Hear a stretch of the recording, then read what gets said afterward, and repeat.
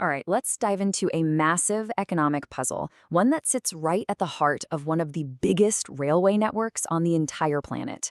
This is a story about incredible scale, a deep sense of social duty, and a really high stakes financial game that honestly affects over 1 billion people. So, to really get what's at stake here, you first have to understand just how important Indian Railways is. I mean, it's not just a way to get from A to B.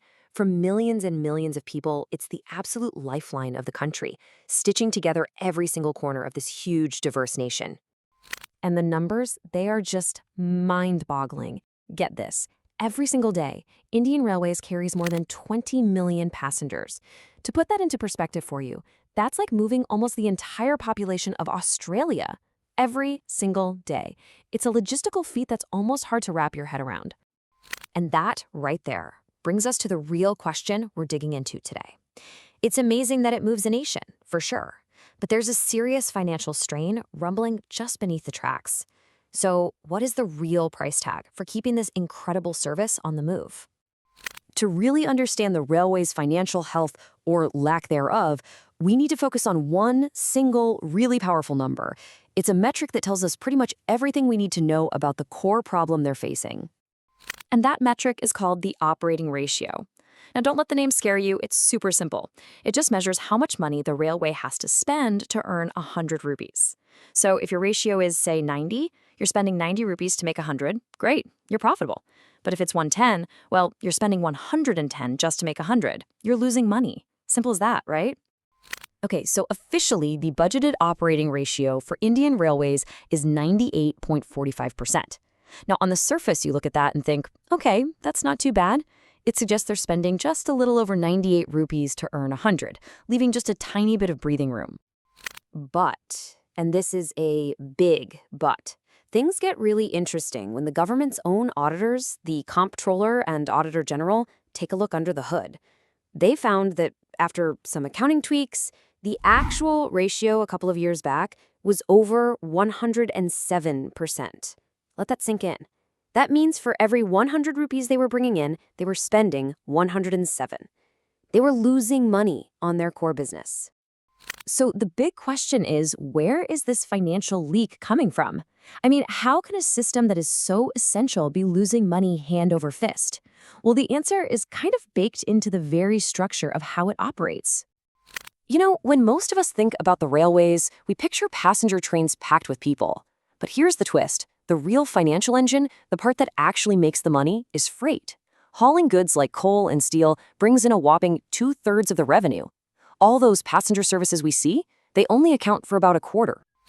And this table right here, this lays the problem bare. When you break down that passenger segment, a wild story emerges. The premium air-conditioned AC classes, they actually turn a small profit. But the non-AC sleeper and second classes, the ones used by hundreds of millions of ordinary people, they lose an astronomical amount of money. We are talking losses in the tens of thousands of crores of rupees. It's staggering.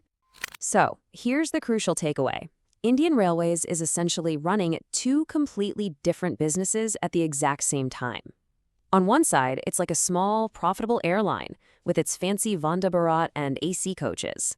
And on the other side, it's a massive, loss-making public bus service, fulfilling its social duty to give affordable travel to the masses. And if that wasn't enough, the financial pressure just keeps piling on. The railway is dealing with a gigantic pension bill for its 1.5 million pensioners. Think about that. That's more retirees than they even have current employees. You add on the cost of paying off debt for new projects and a huge backlog of old tracks and coaches that need replacing, and you've got yourself a perfect financial storm. So, faced with this pretty daunting picture, Indian Railways has launched this really ambitious two-pronged strategy. You could call it a high-stakes gambit, an attempt to modernize its way out of this deep financial hole. The first part of this strategy is actually pretty straightforward. Make the profitable part of the business even more profitable. That means they are leaning hard into that premium segment, trying to aggressively grow the money they make from passengers who can and will pay more for speed and comfort. And from what we can see, it seems to be working. The launch of these new, modern, high-speed trains like the Vande Bharat Express is driving some serious growth. Just look at the projections. Revenue from AC3 is expected to jump 23%, and from the super premium executive class, it's set to skyrocket by an incredible 42%. Now, the second part of the plan tackles the other side of this whole dilemma. The idea isn't to just abandon the loss-making part of the network. No, the plan is to completely overhaul it, to make it safer, more efficient, and just a better experience for the millions of people who depend on it every day. And this is a huge undertaking. We're talking about introducing brand new non-AC Amrit Bharat trains that use special tech for a smoother, faster ride. It also means getting rid of all the old, outdated coaches and replacing them with much safer, German-designed LHB coaches. And finally, just to keep up with the insane demand, they're kicking off a massive production drive to build over 17,500 new non-AC coaches. So all of this brings us right back to where we started, to that fundamental conflict at the very heart of this strategy. How on earth do you pay for all of this? See, the entire plan, the whole thing, is built on this idea of cross-subsidization.